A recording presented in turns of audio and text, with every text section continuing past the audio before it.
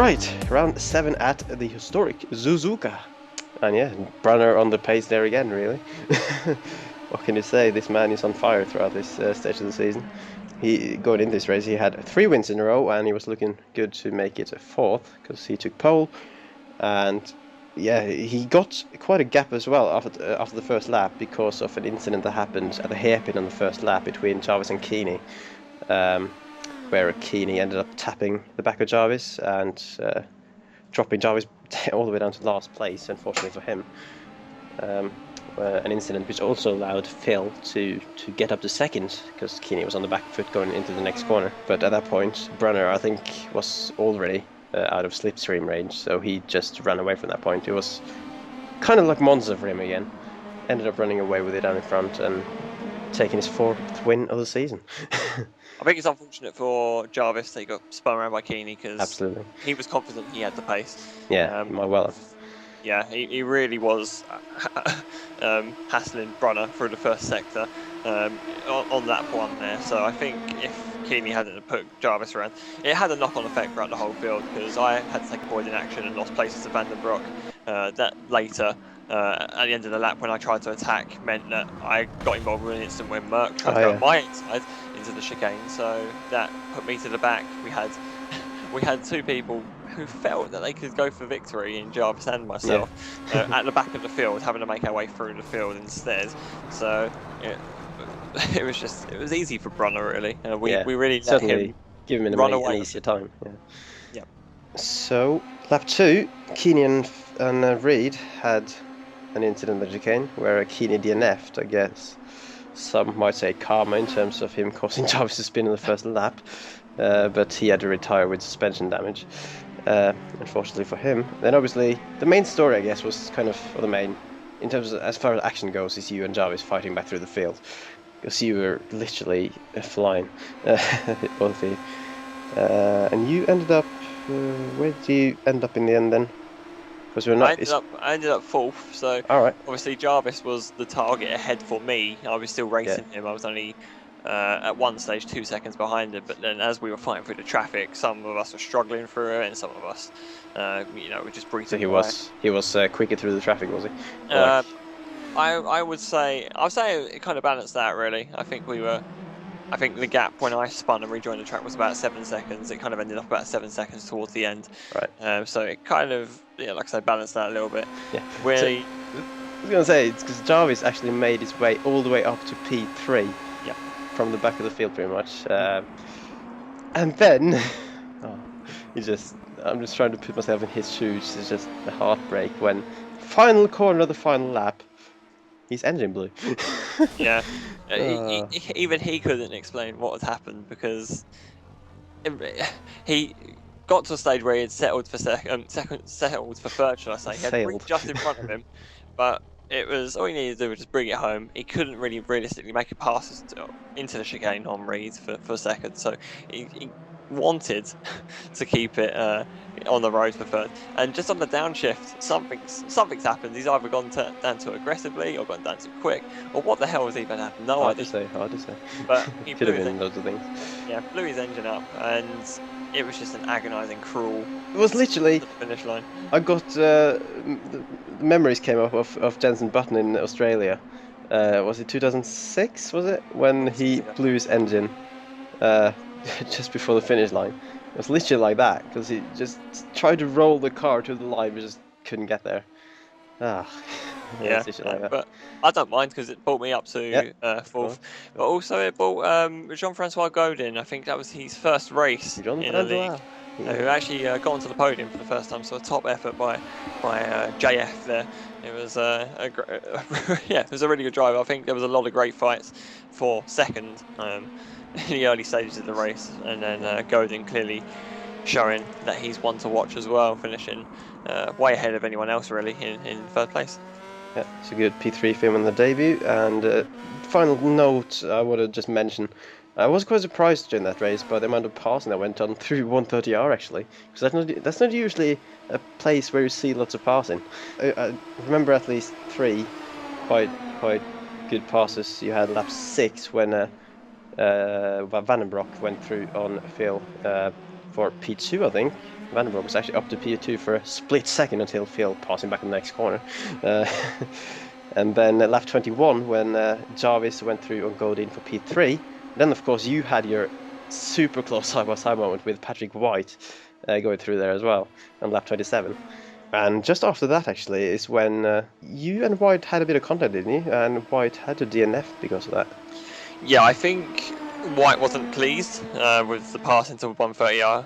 I think I gave him room. It was. It You'll was see how close it extremely was. close. It Yeah, was so close. which that forced White to go off the road, and then either he misjudged his braking zone, or he proper went for a move, like a revenge move straight away into the chicane. And he went just a bit too fast. I don't know what damage he suffered. It might have been a broken suspension because he was out on the spot. So a shame for him. But yeah, I moved up a place. Yeah, as a result. That's kind of what you want to see, though, as long as there's no contact in terms of your pass at 130R. Yep. It was as close as you can get without contact, really. Yeah. So that's all right. Yeah, on to the next race then, I guess, at your favorite track, Watkins Glen. Yeah, so Watkins Glen was meant to be, or was the replacement for Oval Week. So what we do every season, we ask the drivers to put a suggestion in for a road course that can replace the Oval Week that takes place in the official series, because this series runs parallel on calendar-wise. And for some reason, the drivers preferred to go for the most oval-type road course out there, and we went for Watkins. Because we want passing. Watkins Glen boot? Is it the classic boot? I don't know. I don't even care. I don't even care. I don't like the circuit to drive on these cars because it's just it's like Spa in a way. Spa is a great circuit. The drivers love it, but it doesn't work in these cars because the straights are too long and there's too much passing going on. There's no real chance to break away, which I guess is good really. But I mean, if there's a guy out front like Brunner who's absolutely bossing it at this stage of the season, just pulling away, everyone's still kind of stuck together. I guess it's kind of it's almost like the DRS question in F1, isn't it? Because you've got most of the passes at those kind of tracks happen because of draft, whereas you get a lot of passing, so that's a positive point, but they are quite easy passes usually. So that's kind of I guess why some people like it and some people don't. But draft played a huge role, especially in qualifying. We had the carbon race and lockout at the front row for the first time in their history. Jarvis leading Patrick White, which is a top effort from them. We tried a similar thing with AOR Blue, managed to get me up to third, which was pretty good considering my qualifying form has been a bit dotted this season. And then we had Brunner fourth. Reed only sixth though. Leicester put in a great lap, slipstreaming with his teammate Mittner, of course. So it was all slipstreaming stuff. So that was another negative for Watkins Glen, that you had to slipstream. As long as you got qualifying, that isn't solo qualifying, then slipstreaming tracks like this will have massive effect of having a teammate that works well with you. But the top teams definitely realised that draft was the only way to go because everyone else was going to do it anyway. So a lot of those laps were draft. But Jarvis leading the way again with another pole position. So quickly establishing himself as a great one lap driver as well as a great race driver. So speaking of Jarvis on pole, it didn't quite work out for him in the race though, because as soon as at the end of the first lap, well actually no, even at the start of the first lap, he ended up getting passed by you, didn't he, for the lead? I think quite ironic then that you don't like passing, but he actually put you into the lead on the first lap because you drafted past him down the back straight. Yeah, it was quite strange. He led away off the start quite well, but when the field is so bunched up, just the way the circuit is, you have to go up that long straight almost immediately out of turn one, so you have to have a good exit. I got a pretty nice exit against White.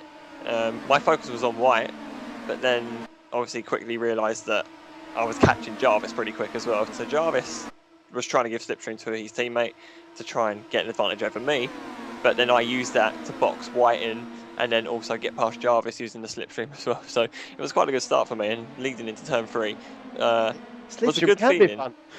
Yeah, it had been a long time since I'd led a race, so I was definitely ecstatic with that move. Yeah, and more trouble for Jarvis after that as well. At the end of lap 1, he got passed by Patrick White and Brunner as well in quick succession. Don't know if he was having some kind of problem with his handling or something, but he definitely got past. It looked quite easy for those two guys to get past him. And then starting lap 2, he had slight contact with Leicester, which kind of gave them both slight damage, and they were able to carry on, but they both had to drive the rest of the race with a bit of damage, and Jarvis was on the back foot from that point on, really, and ended up dropping slowly and surely down the field, really. Yeah. Just going through the laps, I guess. Lap 2 is where I had my incident with Anderson, which I'm not going to go into too much detail about. Lap 7, yeah, that's also when I crashed because of damage I got from that collision. Brunner, of course, also had some issues, actually, because he... was he second? No, he was third, I think, and then in lap 3 he spun it and dropped himself back into the midfield, which is somewhere he hadn't been too often this season, really. Yeah, and it definitely kept the championship alive because he was really running away with it. Something needed to happen because he's been on the podium at every race, and he's obviously 4 on the bounce that he's won as well. So he was close to the record that's been set by me for most consecutive wins with 5 there. But yeah, to get in the midfield was music to my ears, and Patrick White as well, as we both cantered away at the front. Yeah, that's the thing. We haven't really mentioned the championship situation too much going through this, but that's because we don't really have that available. We only have the final semis at the moment. But obviously at this point, it was looking very good for Brunner in the championship. It was having a decent gap with all his podium finishes and other people having had trouble in various races. But he did work his way back up. I remember on lap 5 on the well, I guess we could call it a draft straight, the massive straight. There was an absolute clusterfuck of cars just going through there, and Brenner ended up getting himself ahead of the massive pack and up to 6th, I believe, at the time. And then he was able to push on and actually ended up finishing 30 and still on the podium. So scoring good points despite all that. But in terms of the battle for the win, ended up between you and Patrick White. Yeah, so I managed to get myself a bit of a gap actually at the start when White had to get past his teammate, and I'd kind of built up a gap. I think after lap 1, I was nearly out of slipstream range, and it was kind of a battle constantly against the lap times, trying to break away while I was pulling away, getting that advantage through the corners.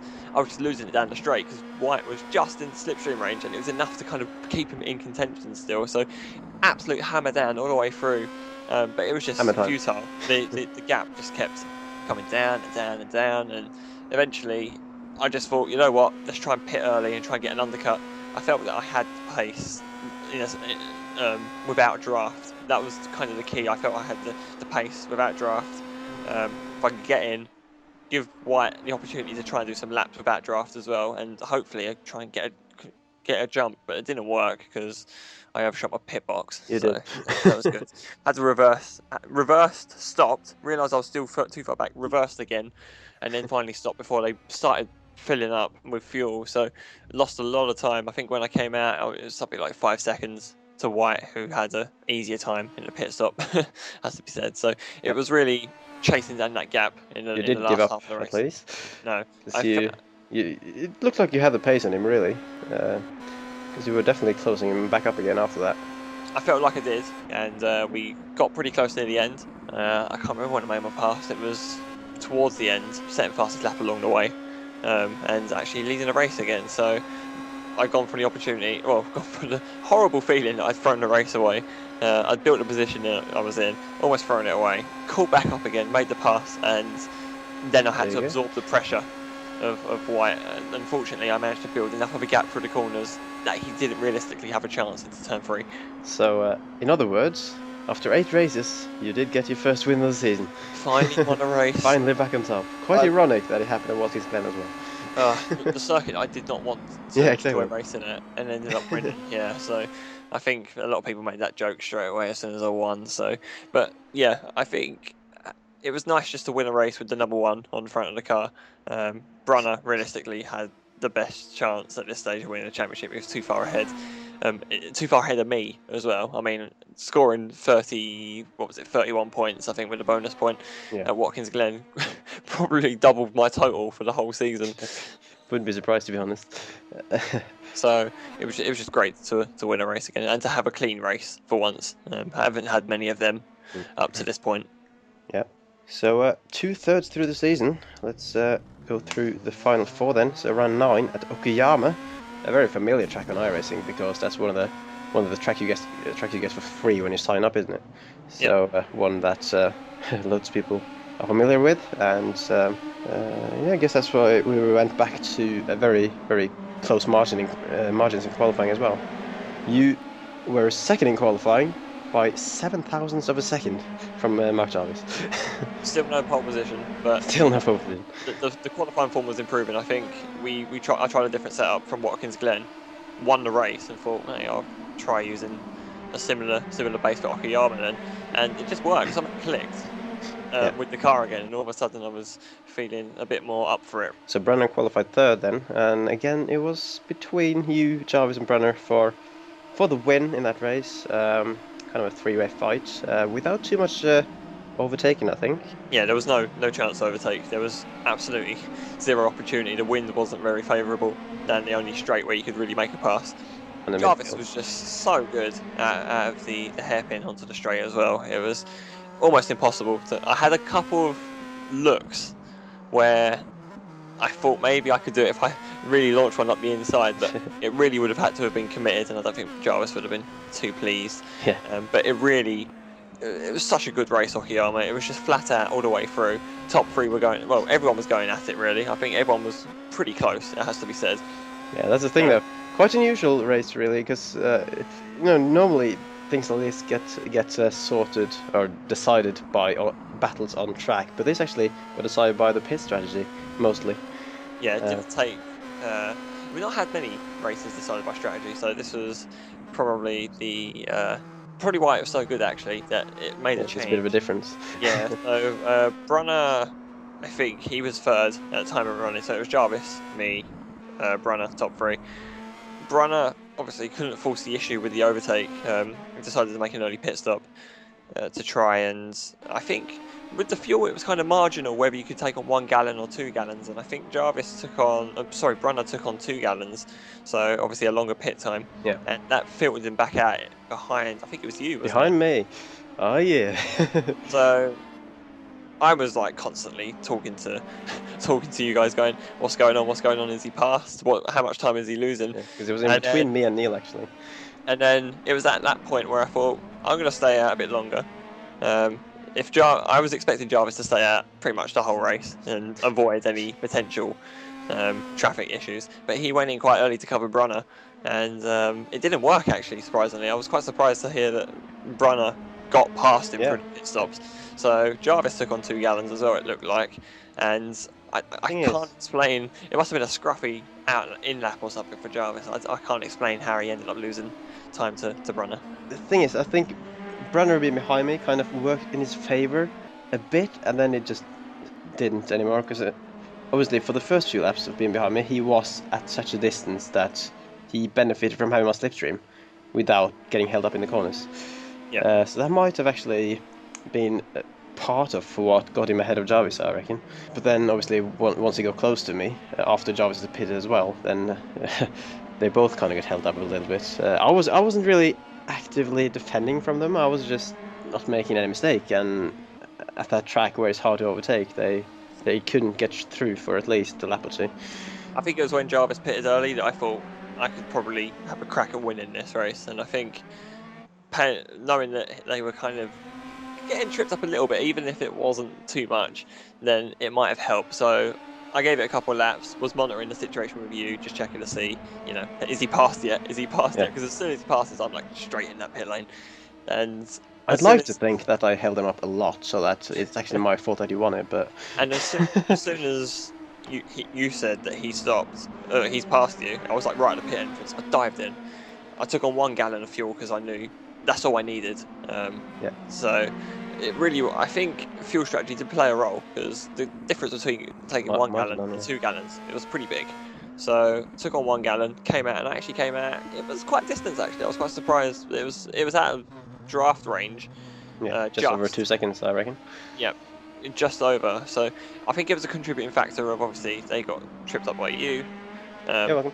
I'd like to think it was the fuel strategy that played a bit more of a role, but to come out first after it was, I think it was quite late in the race, we'd gone past halfway, and it was like 10 laps to go or something, and just thought, this is the greatest race, because I've been going absolutely flat out. We've all been absolutely going at it, and there's really not that much separating us still. As long as you feel you've been pushing for the whole race, that's when you enjoy it, even if you don't do that much actual wheel-to-wheel battling. So it's pretty much it for the race, really. I mean, that was the main story of the race, the battle for the win. I can't recall too much of the midfield stuff. Obviously, I had one of my usual first lap calamities. Not in terms of crashing, just in terms of dropping several places, and then I kind of... At least that made me able to make a few overtakes. I passed Neil among other people, so that was nice. I think some of the star drives were probably golden. It was only 10 seconds off the win in fourth. Yeah. With a 0 incident race as well, so it was a great effort by him to go up a place. Phil Reed went from 9th to 5th as well, so pretty good considering there wasn't many retirements ahead of him. Berenson as well on his debut. One of the privateers who I know from racing Star Mazda years ago, doing a great job on his debut in 7th. And yeah, the field spread's usually quite big from first to everyone else, but I think the top 7 were separated by 20 seconds, which is pretty good, all things considered, considering the length of the races. And finally, all 18 finishers were on the lead lap, which is an interesting stat as well. So, round 10 at the ultimate banter circuit, Lime Rock. I don't know why that track exists. Really, I can't imagine it being a real... It is the real-world equivalent of a go-karting circuit. It is essentially that. It's just flat out, a lot of it. You know, and it really is based on your feeling in the car when you turn through the corners. You've got to have the confidence in the car to turn. And with a Star Mazda, it is essentially driving a big go-kart around a go-karting circuit. It's great. Such high speed and such a short lap as well. The lap time here, pole time was 47.2 seconds. And that was the pole set by you, in fact. First pole of the season, and I think the only pole of the season. Spoilers there, but only pole of the season. So it felt really good around Lime Rock, actually, considering my dislike for these circuits. I was actually coming up quite well. So the laps were so close. I mean, we had the whole field separated by just under 1.5 seconds. We did have a couple of people actually not make the race, though. So we had Phil Reed wasn't here, Mark Jarvis wasn't here, so 2 of the big championship hitters were out already. But I think considering the field was separated by 1.5 seconds, and everyone was it was like thousandths and hundredths separating cars, I was like 2.5 tenths clear of anyone, which I was really surprised with. Big gap for that track, to be honest. Yeah, so I was just improving all the way around. It was just awesome to drive, and I think the biggest surprise was probably Glen being second ahead of Brunner. I thought Brunner would be the rival. You would expect him to be the rival, considering, you know, championship leader, more often than not the fastest guy in session. But beaten by Glen and nearly beaten by Berenson as well. Really impressed as well. So in terms of the race, the first note here is that Kerry is on it, basically. That's a great point.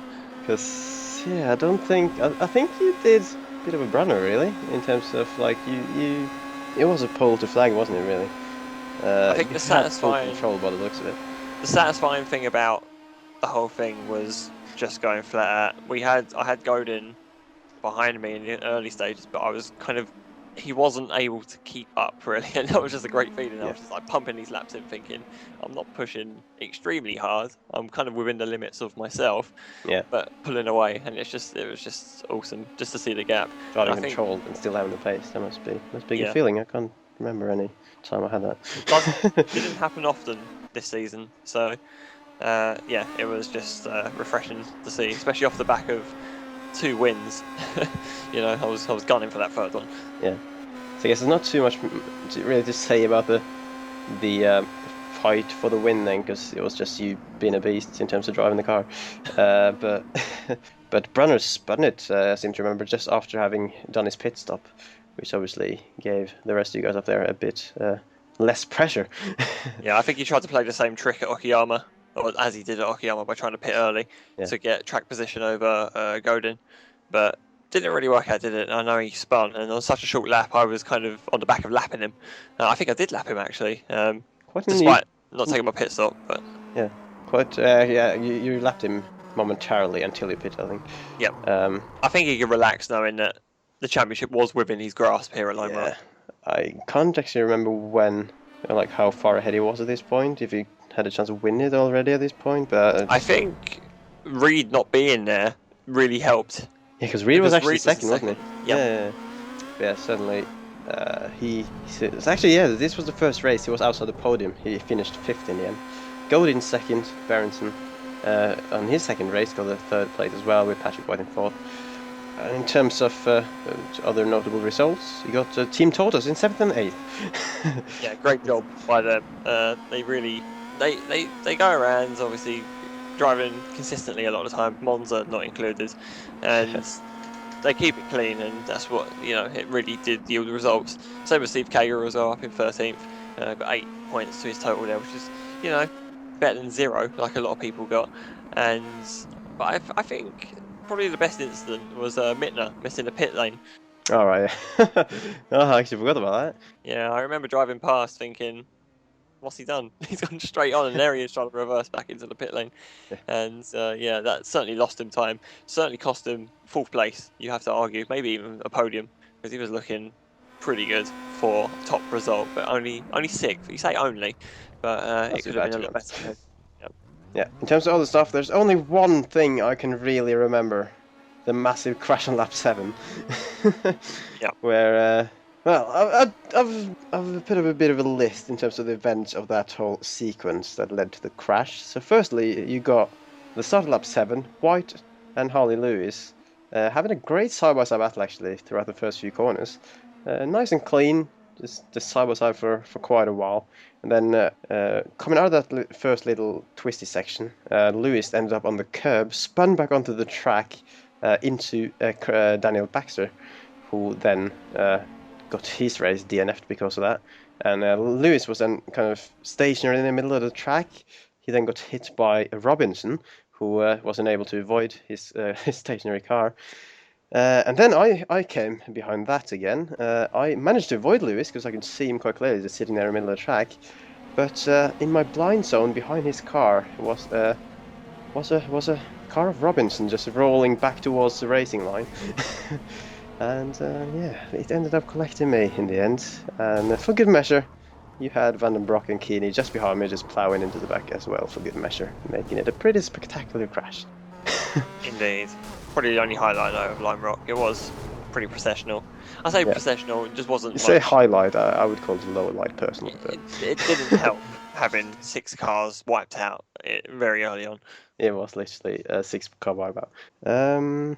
Yeah, that's it for that penultimate race of the season, round 11 at Virginia, which is also a place I hadn't driven before actually, but I actually found it a pretty fun track. Yeah, a hugely challenging track. It was a long lap, and so many corners just everywhere. It's just full on all the way around. It's just corner after corner. Even the straights are corners, and it's just all the straights are just twisty. But it's great. It's not been heard of much in Europe, and probably not in the States really. I mean, it's not really a headline circuit around there. Surely it can't be a headline circuit when it's got literally no grandstands on there. It's literally just a massive field of grass with a farmhouse on it, and a racetrack. So and quite an unusual setting really for the race. So as you'd expect, newly crowned champion Justin Bronner, an American native, took pole position as you would expect. A bit more knowledge probably than everyone else. So I was only a tenth, nearly 2 tenths behind really. But there was a lot of cars still respectively close, considering it's a new circuit that people had to learn. And we had the usual faces up there though. You had me, you got Reed, Fluke was up there, Jarvis probably disappointed down in 5th with 6 tenths off the pace there. Mittner, Baxter, Leicester, Keeney, Martinson top 10 there, so And in terms of the race, it was a bit of a group up at the front in the first, like the first few laps of the race. Started off well. Yeah, it started off well. I mean, Brunner was heading the field. You were just behind him. Phil, I think, was running nicely in 3rd. But then lap 9, you finally tried to kind of make a move on Brunner, didn't you? There realistically wasn't much places to pass, and this wasn't even. It's kind of turned into a half-assed overtake / forgot where to brake moment. Yeah. It was a total brain fade. I mean, I was so lucky not to collect the back of him. So it was me and Reed. We were quite comfortable actually letting Justin do the lead-in initially because he was putting a bit of a gap. Yeah, and you were holding seemingly quite well in the slipstream. But there was a chance of making a move, and I was looking at Justin's car and not looking at where I was meant to be braking. Kind of went. It was probably about 20 meters too late. Yeah. Done well to avoid him. Thought, can we slow it down? Can we slow? No, can't slow it down. No. Well, a clear answer from the car there. The most ridiculous spin you'll ever see into turn one. It just obviously locked the rears as I was trying to avoid Brunner. Luckily didn't hit him. Yeah, lucky I didn't hit him, but got passed by a couple of cars. I think I was down in 6th, I think, afterwards, behind Mittner. Something like that. Phil obviously up to 2nd because of that. But I think that gave Brunner a bit of a gap that he used to run away again. I think everyone was still squabbling, though, mind you. And I think Fluke was hassling Reed. Yeah, actually, yeah. Jarvis was involved. I think, Fluke... Yeah, Reed was... Yeah, Fluke, Reed and Jarvis were having some ding-dongs back and forth. And I guess you joined back up to them at some point. I think I tried an early pit stop actually to try and get the undercut, which worked out quite well because I came out ahead of Fluke. Can't remember how I got past Phil, though, if I'm honest, but came out ahead of Fluke later, and then that was it really. It was. It did end up with a battle between you and Fluke for 2nd, didn't it? In the end? Yeah, I think we kind of broke away last 10 laps from Reed and Jarvis, who were squabbling still for position as well, I think. And then for me, it was just trying to go flat out, trying to break the toe of Fluke, and there was no way. He was so fast. Did he pass you at any point? He did get past with 2 laps to go. Oh, wow. He got past, and then he was so good out of Oak Tree Corner. I can't explain how he was so good, or I was just bad probably. But then the one lap where he needed to be good in the final lap, he got a bit wide, and that gave me the chance. And I made him. It was the one time he needed to be good because I was pretty close to him. But luckily, I got the move off and managed to fight back to 2nd, which I think all things considered was pretty good drive. It was an interesting race up the front. There was a lot of scrapping for position, minus Justin again. Yeah. So I think what other things happened. I finished 9th actually. It was one of my most enjoyable races of the season actually. As a track again, which I hadn't driven before. I was battling with Leicester and Van Broek and also Robinson until he had his incident with some contact with Van Broek, which put him out of the race. I had some really good side-by-side moments actually especially with Leicester. It was actually quite an enjoyable race. To get a 9th for me, which was kind of to be honest, one of my better results of the season, considering I had quite a few DNFs. So I'll take that. Yeah, so there we go. So that was it. The championship was kind of done and dusted, really. So it was kind of Brenner had won at this point. So it was kind of pride to play for, really. Pride to play for going into the last race as well. Yep. At Oran Park. Which, again, another track I hadn't driven, but a really fun track actually, but another one which is very tricky for overtaking. And I guess he's not surprised at this point, but Phil was absolutely on fire there. Yeah, he did declare to me beforehand that it was a race that he was looking forward to and one that he wanted to win. He went straight out and said that because he felt he had some pretty good pace, and he really did show that in practice and in qualifying as well. Managed to get to the 102s quite comfortably, which I think surprised everyone. I think even Brunner and Jarvis were hugely surprised by how he made it look easy, and I managed to scrape into the 102s on my very last qualifying lap. So just goes to show how comfortable position he was in, and he was kind of at one with the car. It just really worked out well for him there. So he took his 2nd pole this season ahead of Brunner and then yourself. So in terms of the battle for the lead, I mean, you were more involved in it than I was. So anything special happened there? It was very similar to Okayama, but worse because there's no way to overtake. Yeah, absolutely no way to overtake. So Phil managed to survive. He really thought Brunner was going to jump him at the start, but just managed to hang on, which was a good for him. And then it was just us three going at it the whole time. Until Brunner tried an early pit stop, and I think he sped in the pit lane, I think. Oh yeah, because So- he did have some kind of problem in dropping him back. Yeah. Because I remember that kind of ties in with the battle I was having for. I was in the train from 4th place down, which I was quite not surprised. I was quite impressed actually by Jean-Francois Godin in that race, because he was I believe 6th after the first corner.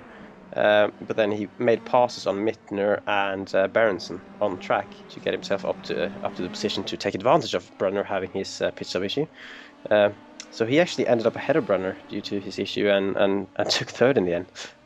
Yeah, it really was a great drive. There really wasn't much overtaking going on, but Godin made it look pretty easy, really. And that was all down to his bad start, really, that put him kind of slightly out of position. So, but the front three were just initially the lap times was too similar. There was nowhere to pass. There was no like speed difference anywhere. So I guess you and Phil were close throughout the race, but did you ever get a chance to pass at all?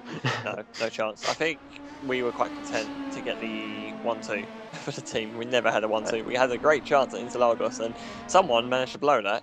And then, it was just there's no way to pass. He's too good. Just let him have this race. And it was kind of like that. There wasn't, even if I tried, there wasn't no opportunity really. So it was a great race for the team anyway, nonetheless. Certainly, ending off the season with a 1-2 for AOR Blue, your first 1-2 of the season, obviously. After obviously having it within your grasp in the first race, but then throwing it out the window. So you finally got there in the end, in terms of getting the 1-2, and a good way to end the season for the whole of AOR teams, really, because I finished 6th in the end after holding on to Mittner for literally the entire race. I was having the same problem with Mittner as you had with Phil, in terms of just being behind and not getting any chances of passing. And then I think Neil was 8th actually. So good day for AOR teams in general.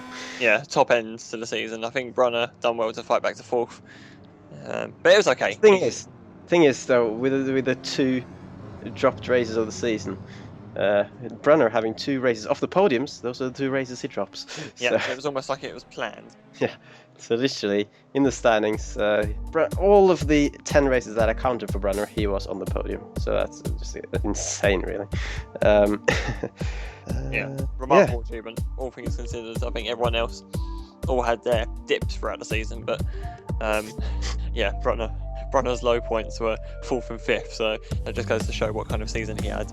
Absolutely. I guess this kind of leads on to just going through the final standings, because we're now through all the 12 races, and Brunner, as we mentioned already, did win the championship by, let's see, after the drop weeks are counted, by 48 points, is that I'm reading, I think. Yep. Ahead of you, actually. You moved your way up to 2nd in the end after your good run at the end of the season with 3 wins and 2 second places in the final 5 races. Yeah. And quite a few fastest laps going on there as well, I see. So a season of 2 halves for you, definitely. I think if you take out those beginning results at the start, the championship would have been probably a bit more interesting. If you had 6 drops a week, you would have been up there, mate. Definitely, absolutely for sure. But Brunner was just too good, too consistent, too good, but a deserving champion there. So I was just pleased. I think the target shifted pretty early on, considering my woes at the start of the season. My target shifted to Reed. Yeah. And just beating my teammate, because he was inspired this season, one of the drivers of the season certainly, and to be ahead of him after the season he had was a satisfactory reward, I think. Yeah. So Phil obviously got 3rd and 23 points behind you. Jarvis in 4th after having missed 2 of the last 3 races. So I guess you and Phil were kind of far enough ahead, I think, to hold him off anyway. But Jarvis was up there throughout the season and definitely showing some impressive moments throughout this debut season. Patrick White, his teammate as well, in 5th after obviously slightly downhill after taking the win of the first race and then only getting 1 more podium throughout the season. He was a bit unlucky with the retirements and stuff as well.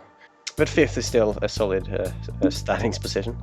Jamie Fluke got 6th in the end, ahead of Morris. I think those were teammates actually. So Red Evolution GP getting some good results. Christoph Leister in 8th, A little bit surprising considering I've kind of seen Mittner as the team leader in the LM Rennsport team, based on pace most of the time. But Leiser is just showing incredible consistency to get himself up there in 8th. Yeah, Mittner really suffered with the DNF at Watkins Glen. He had already dropped his 2 weeks, so he had kind of essentially 3 weeks, which he got 0 points, whereas Leister got 2. So it was only 11 points separating them. So they were pretty neck and neck, you have to say. Absolutely. And moving down, Goldstein, after joining halfway through the season, got himself up to 9th. That's also mightily impressive with 3 points. Seriously good. And then me, despite, I had 3 retirements, which is 3 more than I had in the first season, where I finished 6th, I believe, but stronger competition overall, I'd say, in this season. So finishing in the top 10 still, I'm reasonably happy with that, considering especially how close it was there in the midfield. You can see there on the points. I was just ahead of Mittner, and then you had Van den Broek there as well, and then Robert Plumley having his usual nice and steady season in the midfield. Fredrik Johansson there for Team Tortoise in 14th, Robinson in 15th after ending the season with 3 retirements, Steve Kager in 16th, Timu, you'd expect him to be higher than 17th, but he obviously had to miss quite a few races towards the end, which is obviously why he ended up down there. Van Rompuy in 18th in the end, Evan Imre, the second Team Tortoise, in 19th, and you got Neil, my teammate, in 20th. And yeah, the rest of the guys down there at the bottom, I'm not going to bother going through every single name.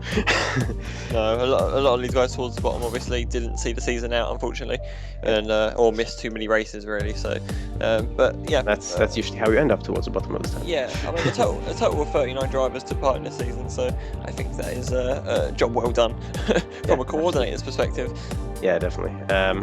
So I guess quick look at the team championship, because you'll be happy to know that Team AOR Blue won it by quite a margin. You and Phil at least getting 1 title here now. Yeah, kind of strange, or well, surprising that Vortex Sim Racing didn't run a second guy. But the fact that Justin Brodder came second in a one-man team, with all the drop weeks added in as well, was just goes to show what kind of season he had as well. So from a Team AOR Blue perspective, we had pretty strong results. Obviously ended with that 1-2 maximum points as well, so like pole position, fastest lap, and the 1-2, so the full 57 points for the first time in the league's history as well, I may add. Yeah, it was quite a strong season for me and Phil. That was the intention at the start of the season, to start with a strong lineup and clearly get the results, and we pushed each other well throughout the season. Could have been more though, has to be said. Yeah, absolutely. So Carbon Racing there in 3rd, the team there, one of the few teams I should say that carried over from the first season, because there weren't many teams in the first season. Red Revolution GP there of Fluke and Morris in 4th, LM Rennsport in 5th with Leister and Mittner. Avid Chronic Racing just beating Team AR Red by half a point, annoyingly, which is obviously my team. And then Team Tortoise down, I should say, up in 8th. I mean, they, on pace, you'd expect them to maybe be slightly further down, but they have really shown great consistency throughout the season, and that's what has got them up to 8th. I think both drivers improved as the season went on anyway. Yeah, absolutely. I know Evan Imre certainly started off with not much experience of the car, so for them to finish a lot of races and to get a lot of points, especially in races like Lime Rock and Oran Park, where the fields were kind of almost falling apart really. Yeah, exactly. To get some strong points towards the end of the season really boosted them up the standings. And then North Atlantic Racing and Kinduchi Racing running out of the top 10 as well. So, what is next on the agenda? Should we do the driver awards? Do you have them ready? Do you have them ready? Yes. Okay, so what I did, I asked the drivers at the end of the season to all vote for each other in a series of categories for the end of season awards, and might as well use this video to declare some of the winners. So winners will be announced. We didn't have many people vote, it has to be said. So guys, what's going on? Where's the votes? This is all fun. But I think the consensus was it was pretty obvious who some of the winners of the categories were. So we will go through some of them. So driver of the season / rookie of the season, it has to be said. It was his first season as well. Justin Brunner of Vortex Sim Racing, of course, dominated the championship all the way through.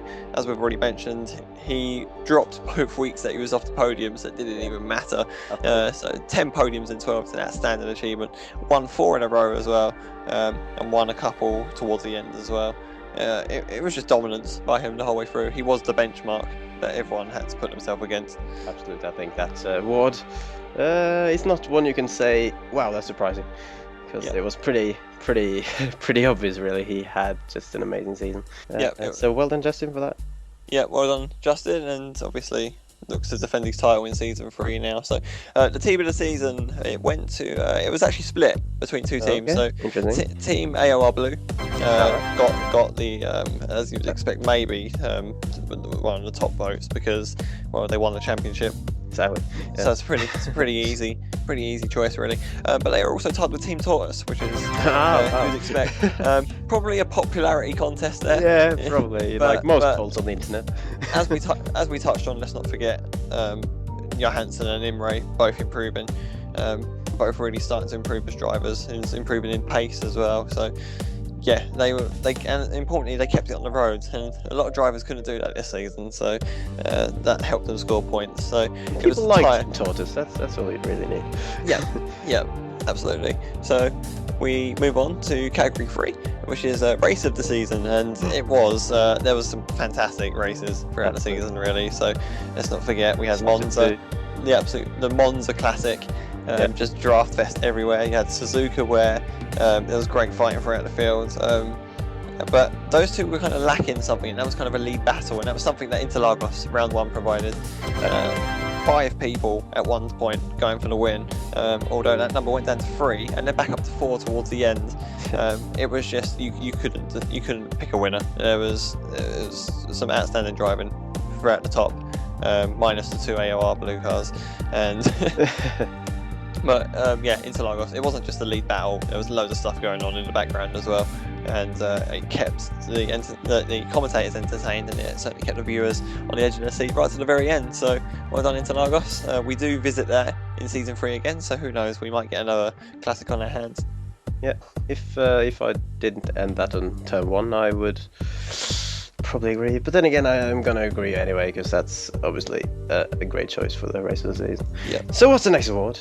So we move on to most improved driver, and it's difficult because some people started the season at the beginning of season 2. A lot of drivers start from season 1. So what are you measuring that based on season 1, or are you basing it on over a course of a season? So it's hard to say. It's probably, I would say it would be based on expectations, maybe more than anything. Expectations built through the first few races, and then if people clearly improve on their results throughout the season. But so there was a lot of great candidates out there as well. I mean, I can think of just some, I'm thinking Imre has improved.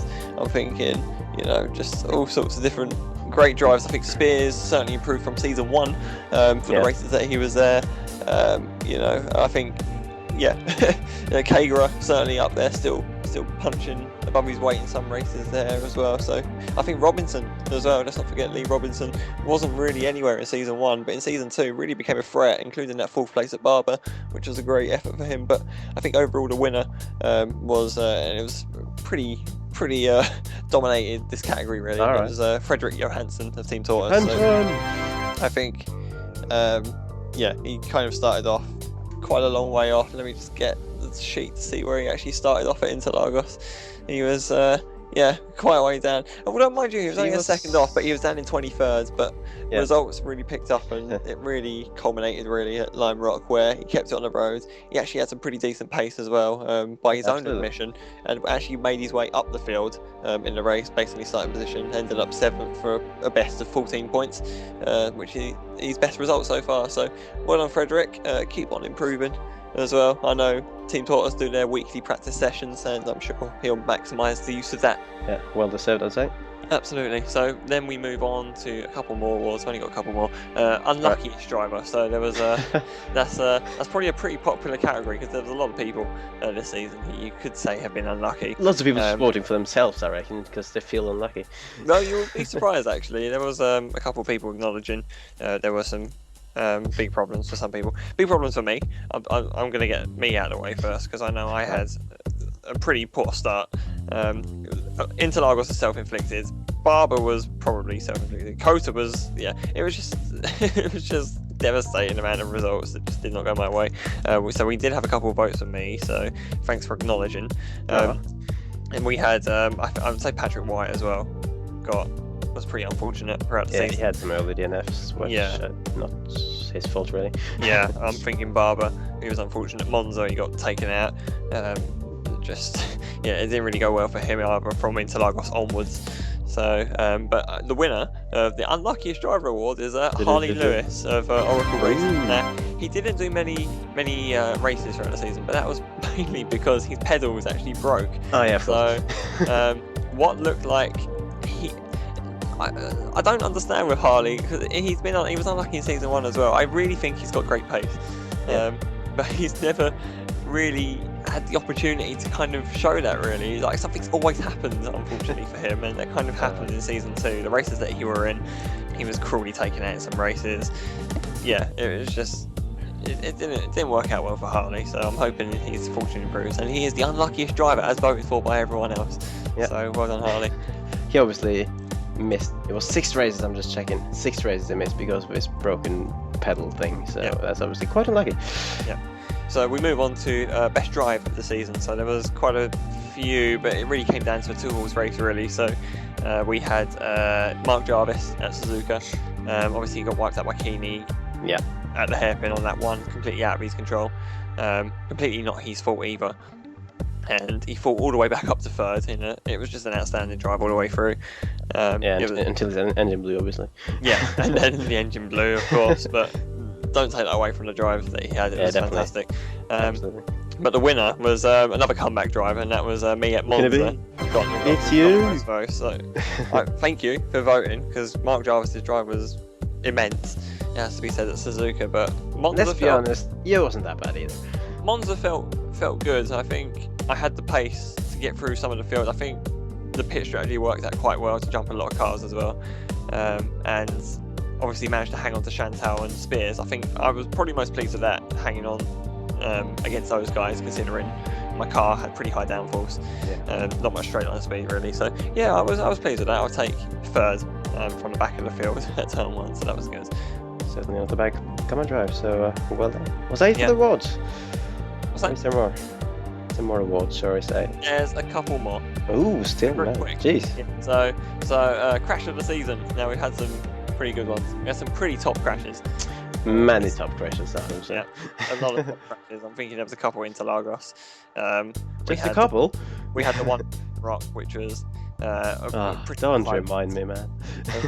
Sorry, I didn't want to bring up but the winner of the crash of the season was there's only one winner really, and that was me and Michael Mittner at Kota. Just a pure spectacular performance. Me obviously hitting the curb and going about 20 feet in the air, and then rejoining and taking out poor Michael. It wasn't a multi-car accident, it was just us two really. I mean, it kind of had an impact further down the field, I guess. It was a mightily impressive jump, really. It was a great jump. It was 10 out of 10 record there. And I'd like to dedicate this to all the jumpers out there. Keep reaching for the stars. Well, that's good. Yeah. Yeah. I don't know what to say to that, really, but well done. Yeah, thank you. And then finally, driver of the season. I was driver to watch, should I say, for season 3. There was a couple of new guys came in midway through reserves, who really impressed. So we had Berenson come in pretty much on the pace straight away. We had Jamie Fluke from the start, maybe faded away a little bit as the season went on, but was still there, and he kind of came back strong towards the end. Virginia at Oran Park, he was okay as well until obviously he crashed himself out. He was up there as well. Yeah. Shame, but the winner, as voted for by the drivers, is Jean-Francois Godin. So no surprise really. I think even I voted for Godin. I think he is certainly driver to watch in season 3. His pace was great. His incident count average was quite low as well compared to everyone else. And yeah, I think if anyone's to make an impact in season 3 from the current list of drivers, it would probably be Godin to be up there, and I tip him to be up there more consistently. Yeah, definitely one to look out for, and fingers crossed he can stay for the whole season as well. So there we go. That's it. That's the end of the awards. Quite a few awards there, and interesting to see what people think. And well done to the winners, I guess. That's it for season 2. Is there anything more to say about season 2? It's been so all we can really say. It's been been a fun season. That's the bottom line, really. Yeah, it has been amazing, and I think the biggest shame obviously was the lack of coverage that we could bring to you guys. All we've done is obviously put all these into our highlights for you to watch now, but Yeah, at least now you'll know what happened, and you'll have seen some clips from various incidents that we've been talking about, and you're hopefully prepared for what's to come next in Season 3, because that's when we will hopefully bring back some video footage for you guys on a regular basis. I mean, me and Kerry are going to try kind of a cooperative video making process, I guess, in terms of Kerry being the main man, recording the footage from the races, and then sending it to me for the editing part of the videos. So yeah, it remains to be seen. The first race is still in progress at the time of recording this, so let's hope we can keep it going. Yeah, we're still we think splitting the role rather than giving it to just one person is a lot less stressful for everyone involved, and also should shorten the timescales when these videos should be out. That is the target anyway. Hopefully you'll know going into Season 3 now the bigger picture, championship wise, and hopefully we can start rolling these videos out on a more regular basis. Oh yeah, so Season 3, well, at the time we're saying this, it started last week. Yep. And it's shaping up to be quite an interesting season, definitely. Some drivers out, some drivers in, some new teams coming in as well. So Season 3 should be fun, that's all I'm saying, and hopefully we'll be able to bring you the videos throughout the season so you can enjoy the fun with us. Yep, don't forget to subscribe to the main man, FisiFan91, for them videos, and also pay attention on the AOR forums, and if you're interested, of course, go on the website, get involved, sign up, or don't even sign up, just watch the videos and appreciate. Do whatever you want. Yeah, appreciate the work that's going to be put into this, because we're really excited for this season. Yeah, absolutely. And I think that pretty much wraps up this extremely long talk that's been going on. It's been a long time. It's been a long time, much longer than we anticipated, I think, but there's just been so much to talk about for Season 2. Hopefully Season 3 will be the same. So yeah, we'll see you in Season 3.